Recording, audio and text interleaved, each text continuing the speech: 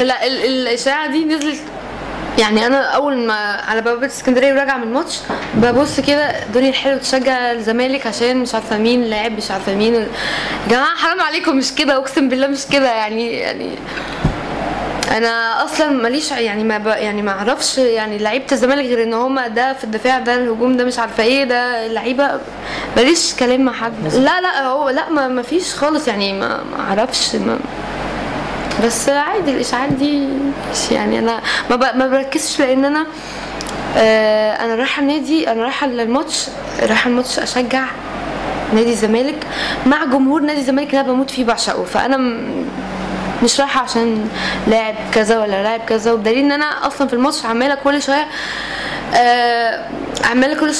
يعني كل لاعب يعني مثلا مصطفى فتحي يلا مصطفى يلا شيكابالا اول ما نزل شيكا مش عارفه استنلي يا حبيبنا استنلي اول ما جاب جون انا بشجع كله عشان الزمالك مش عشان لاعب ولا عشان